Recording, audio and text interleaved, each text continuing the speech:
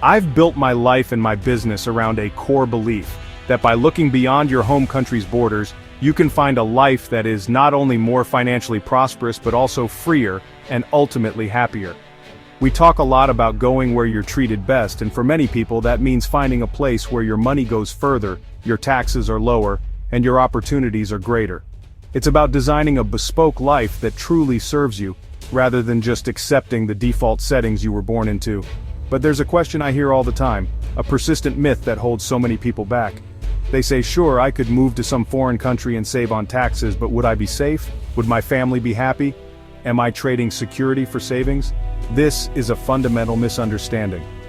Many people in the West, particularly in the United States, have been conditioned to believe that their country is the safest, most desirable place on earth. The reality, however, is often quite different. You don't have to sacrifice safety or happiness to live a global life. In fact, you can often enhance them. In this video, we're going to dismantle that myth. We're not just going to talk about feelings or anecdotes. We're going to look at the hard data. We'll explore the numbers behind safety, using respected global indexes, and we'll discuss what happiness really means in an international context. We'll look at the countries that consistently rank at the top for both safety and quality of life. And you might be surprised to see how many of them offer incredible financial benefits as well. We're going to show you step by step how you can build a life that is safer, happier, and wealthier. One of the first things I do when I arrive in a new city is what I call the 2 a.m. test. It's a simple, qualitative measure of safety. Can I walk out of my hotel or apartment at 2 o'clock in the morning, go to a convenience store, or just take a walk around the block and feel completely at ease? It's about that gut feeling, that intuitive sense of security. In many Western cities, especially in the US, the answer is increasingly no. You're constantly looking over your shoulder, aware of your surroundings in a way that signals a low-level, persistent threat. This isn't just a feeling, it's a reflection of the social fabric. When you can walk around late at night without a second thought, it tells you something profound about the society you're in. It speaks to a high level of social cohesion, respect for the law, and a general sense of order. In places like Singapore, Taipei, or Dubai, this feeling is palpable. You see people out at all hours, families enjoying public spaces, and there's an underlying trust that you're safe. This is a form of freedom that many people in the West have forgotten exists. This test is my personal starting point before I even look at the statistics. If a place feels unsafe on the ground, the numbers don't matter as much. I remember being in certain parts of Latin America where, despite some areas being statistically okay, the feeling on the street was one of tension. Conversely, I've been in Eastern European cities that some Westerners might ignorantly dismiss as dangerous. Yet I felt safer walking there at midnight than I would in downtown Chicago or Los Angeles at noon. The goal is to find places where your personal experience aligns with the data. You want that feeling of, I can relax here. This isn't about being reckless, it's about being able to let your guard down in your daily life. The mental energy you save from not having to worry about crime or social decay is immense. It frees up your mind to focus on what really matters, building your business, enjoying your life, and spending time with your family.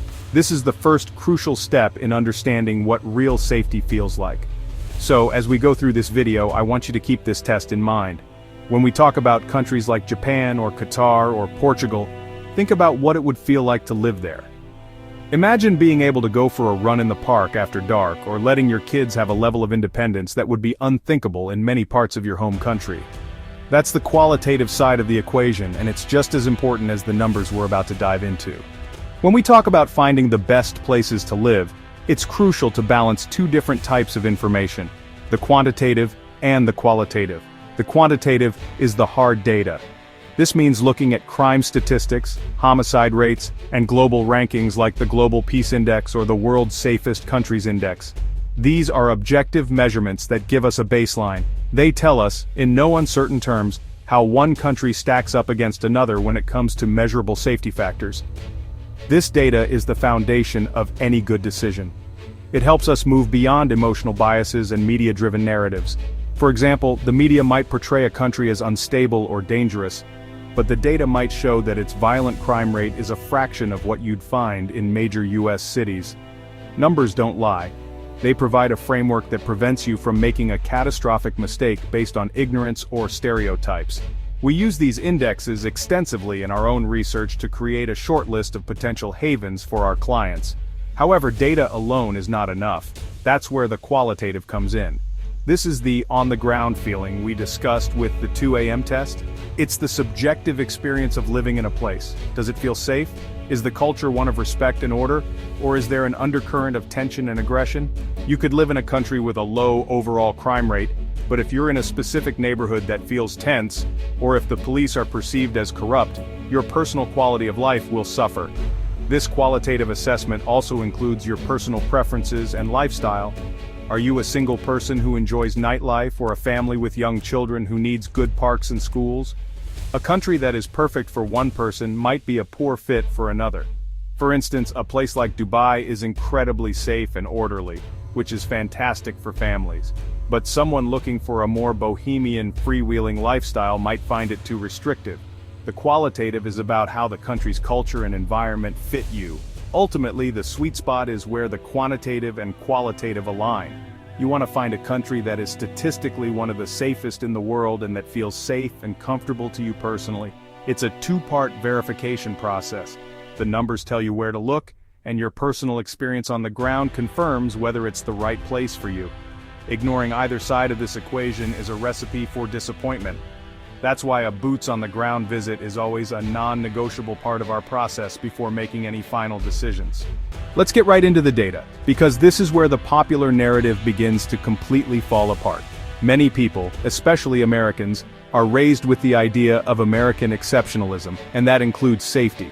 The reality is that the United States does not even crack the top 100 safest countries in the world. According to the 2023 Global Peace Index, the US ranks a shocking 131st, placing it alongside countries like South Africa and Brazil. This isn't an opinion, it's a statistical fact based on metrics like homicides, violent crime, and political instability. So, which countries do better? The list is long and incredibly diverse. You have the obvious contenders in Europe, places like Ireland, Germany, Portugal, Hungary, Lithuania, and Cyprus. These are all developed modern nations that offer a high quality of life with significantly lower levels of violent crime than the US. Then you have places that might surprise you, like Moldova, Serbia, and Montenegro in Eastern Europe, which boast incredibly low crime rates and a strong sense of community safety. But it's not just Europe. Let's look at Asia. We have economic powerhouses like Japan, Singapore, and Hong Kong, which are legendary for their safety and social order. But the list also includes emerging dynamic countries like the Philippines, Thailand, and even Kazakhstan and India, which, despite their own internal challenges and regional variations, rank higher than the United States on the global scale for peace and safety. This diversity is key. It shows that safety is not exclusive to one type of culture or economy. The Middle East also presents some of the world's safest options. The United Arab Emirates, Qatar, and Oman consistently rank in the top tier globally.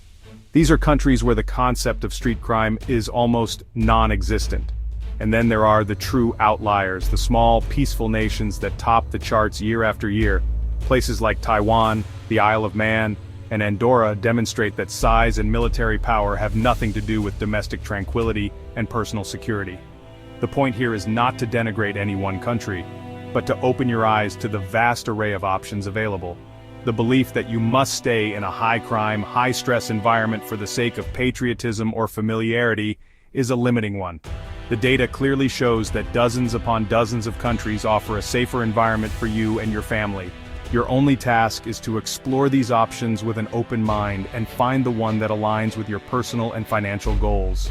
For the high-level entrepreneur or investor, the ultimate goal is often to find a jurisdiction that combines maximum safety with maximum financial efficiency. This is where a unique category of places comes into play: the small, safe, tax-friendly havens. These are often islands or microstates that have built their reputations on stability, rule of law, and creating an attractive environment for wealth. They prove that you can, in fact, have it all world-class safety and a zero or low-tax lifestyle. A perfect example is the Isle of Man, a self-governing British Crown dependency, nestled between Great Britain and Ireland. It consistently ranks as one of the safest places in the British Isles, with extremely low crime rates. At the same time, it offers a 0% corporate tax rate for most businesses, no capital gains tax, and no inheritance tax. It's a place where you can run a global business, feel secure in your community, and legally optimize your tax burden. the same principles apply to its Channel Island neighbors, Jersey and Guernsey. Moving across the Atlantic, we see a similar model in the Caribbean. Places like the Cayman Islands and Turks and Caicos are not just beautiful tropical paradises, they are sophisticated financial centers with a reputation for safety. They operate under British common law, providing a familiar and stable legal framework for investors from the English-speaking world. Here, you can enjoy a lifestyle of sunshine and security while benefiting from a zero-income tax regime. It's a powerful combination. In Europe, you have jurisdictions like Gibraltar, another British overseas territory, and the tiny Principality of Andorra, tucked away in the Pyrenees Mountains between France and Spain. Both are renowned for their incredibly low crime rates. You can walk the streets of Andorra la Vella or Gibraltar's Main Street at any hour without a worry. And both offer highly attractive, low-tax systems for residents and businesses. These aren't murky, unstable banana republics. They are highly regulated, prosperous societies. The key takeaway is that these small havens have intentionally engineered themselves to be attractive to high-net-worth individuals. They understand that safety and stability are prerequisites for attracting capital. They offer a bespoke solution for those who want to escape the high taxes, high crime, and social decay of larger Western nations. For the right person, establishing residency in one of these jurisdictions can be the cornerstone of a truly global, prosperous, and secure life. While small havens are an excellent option for some, many people are looking for a base in a larger, more dynamic country with more infrastructure and lifestyle options. Here, we see incredible opportunities in both Southeast Asia and Central or Eastern Europe. These regions contain countries that are not only catching up to the West in terms of development, but are in many cases surpassing it when it comes to safety and quality of life. Let's start with Southeast Asia. Malaysia is a fantastic example. It's a multicultural, English-speaking hub with a residency program, the MM2H, that is attractive to retirees and entrepreneurs. Cities like Kuala Lumpur and Penang offer a modern lifestyle, excellent food, and great healthcare at a fraction of the cost of the West. Crucially, Malaysia is a safe country. There's a culture of respect, and while you take normal precautions as in any big city, the level of violent crime is significantly lower than in the US or UK, and then you have Singapore, which is in a class of its own. It's consistently ranked as one of the top 2 or 3 safest countries on the entire planet. The level of order and security in Singapore is something you have to experience to believe. It's a place where you can leave your laptop on a cafe table while you use the restroom and not think twice about it. While it's not a low-tax country for everyone, for the right entrepreneur who can structure things correctly, it can be an incredibly efficient and unbelievably safe global hub. Shifting to Europe, we see a similar trend. People often overlook Central and Eastern Europe, clinging to outdated Cold War-era stereotypes. This is a huge mistake. Poland, for example, is a modern, dynamic EU country with beautiful historic cities like Krakow and Warsaw. It's also one of the safest countries in Europe, with a strong economy and a welcoming attitude towards foreigners. You get all the benefits of EU membership with a lower cost of living and a greater sense of traditional values and safety. Further south, you have countries like Serbia. While not yet in the EU, Belgrade is a booming city that feels incredibly alive and remarkably safe. There's a vibrant cafe culture, a welcoming population, and a sense of community that has been lost in many parts of the West. The cost of living is low, and the country is actively seeking foreign investment and talent. These countries prove that you don't have to choose between opportunity and security. You can find both if you're willing to look beyond the obvious places. For the truly adventurous entrepreneur, the person who wants to be on the cutting edge of emerging opportunities, the Caucasus region presents a fascinating case study. Nestled between Europe and Asia, countries like Georgia and Armenia are rapidly gaining reputations not only for their business-friendly environments, but also for their remarkable levels of safety. These are ancient cultures with a deep-seated tradition of hospitality and social order. Georgia, in particular, has become a hub for digital nomads and entrepreneurs over the last decade. Its capital, Tbilisi, is a city of stunning contrasts, with ancient churches and fortresses overlooking modern glass and steel architecture. The country famously reformed its police force in the early 2000s, virtually eliminating the kind of petty corruption and bribery that plagues many other post-Soviet states. The result is a society where people feel genuinely safe and trust the authorities. The sense of community safety in Georgia is palpable, It's common to see children playing outside unsupervised or to see valuables left unattended in cafes. There's a cultural understanding that you respect other people's property and well-being. This, combined with a territorial tax system that can allow foreign-sourced income to be tax-free, and an incredibly simple process for starting a business and obtaining residency, makes Georgia a powerful option for the location independent. Neighboring Armenia offers a similar story. Yerevan, its capital, is another city known for its safety, vibrant street life, and welcoming atmosphere. Armenia prides itself on its low crime rates and is often cited as one of the safest countries in the region. Like Georgia, it has a rich history and a unique cultural identity. For those with connections to the Armenian diaspora, or for anyone simply looking for a safe, low-cost base with a unique flavor, it's an excellent choice. The Caucasus region demonstrates a key principle of the nomad capitalist philosophy. The greatest opportunities often lie just beyond the edge of what's comfortable or familiar to the average Westerner. While others are still stuck in outdated perceptions, the savvy investor is on the ground in places like Tbilisi and Yerevan, enjoying a high quality of life, a low cost of living, and a level of personal safety that would be the envy of many in Paris, London, or New York. When many Westerners think of the Middle East, their minds often jump to images of conflict and instability, fueled by decades of biased media coverage. This is one of the most profound and unfortunate misconceptions in the world of global mobility. The reality is that several countries in the Arabian Gulf are not just safe. They are, according to the data, among the absolute safest places on the face of the earth. Let's be clear and look at the numbers. Qatar, the United Arab Emirates, and Oman consistently dominate the top of global safety indexes. In some rankings, they occupy the number 1, 2, and 3 spots. This isn't an accident. These nations have invested heavily in creating secure, orderly societies.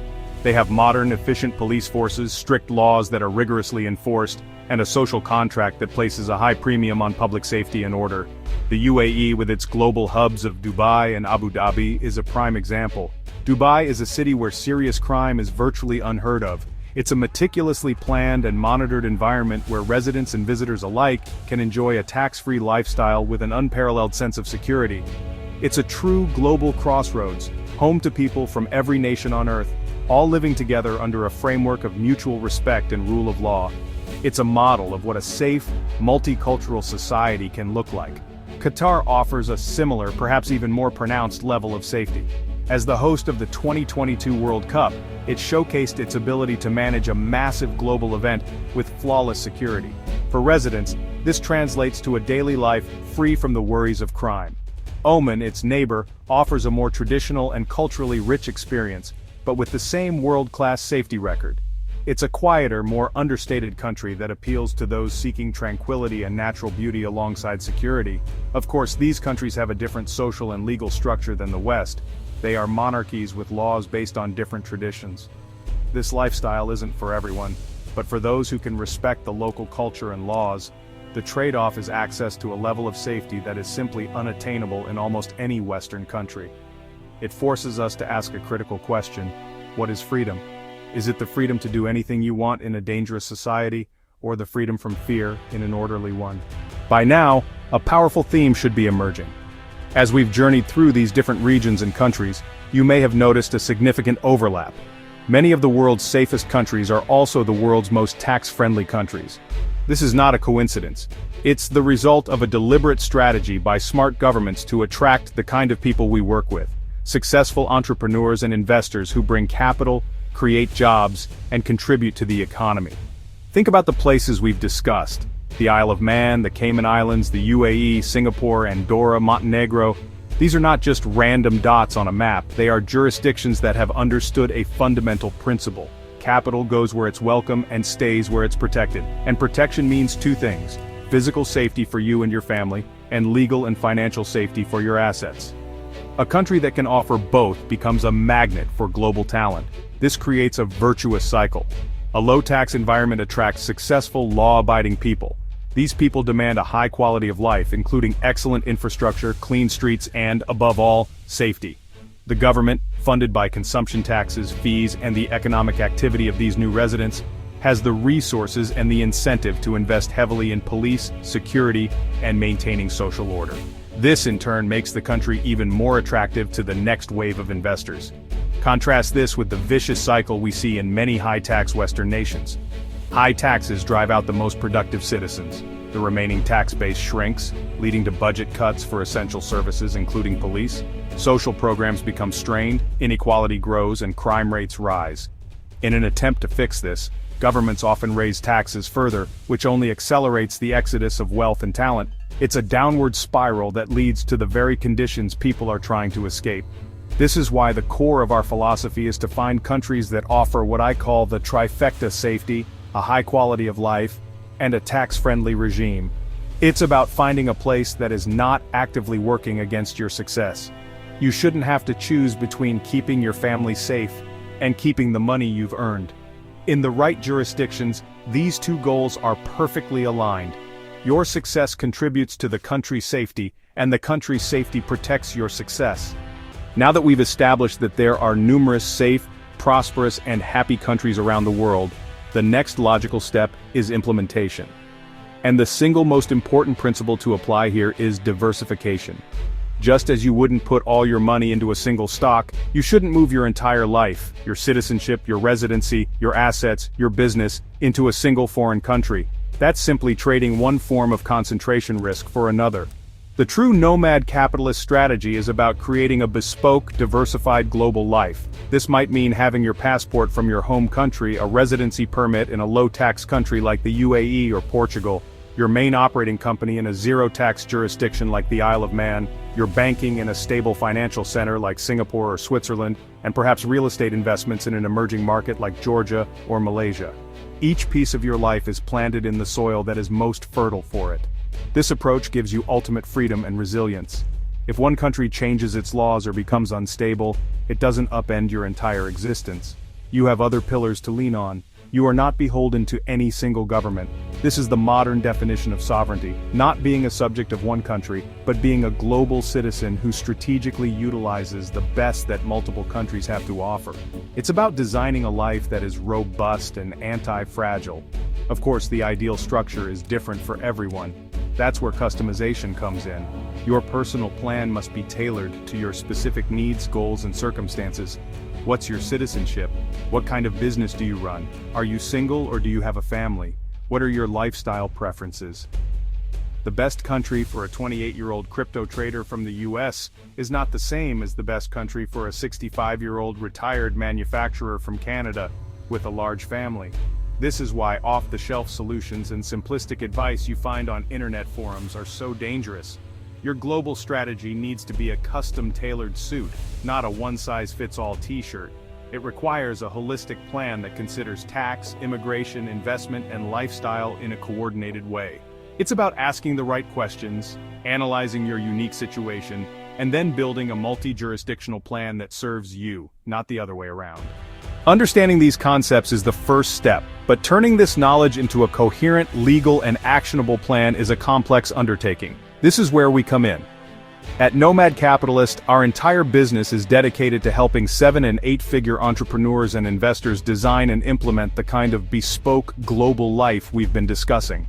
We are not theorists, we are practitioners who have been doing this for ourselves and for our clients for over a decade. Our process begins with a deep dive into your personal situation.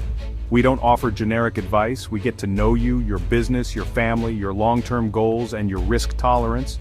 We analyze your citizenship, your current tax situation, and your lifestyle aspirations.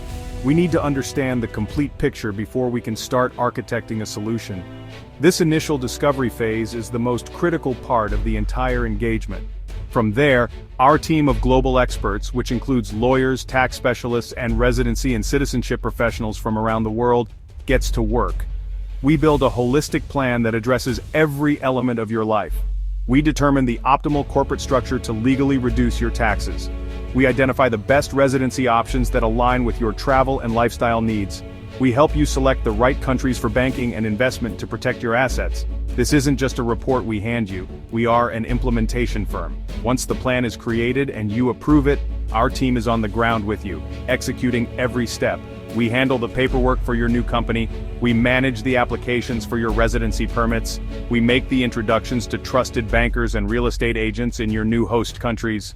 We are your partners and project managers through the entire, often complicated process. Our goal is to take the complexity and the uncertainty out of going offshore. We've built the network, we've vetted the solutions, and we've navigated the challenges so you don't have to. We provide a clear roadmap and the hands-on support to follow it, allowing you to focus on what you do best, running your business and living your life. We help you go where you're treated best, safely and efficiently. We've covered a lot of ground today, from the on-the-ground feeling of safety, to the hard data that shows dozens of countries are safer, happier, and more prosperous than you might think. We've shown that you don't have to accept the decline and decay that you may see in your home country.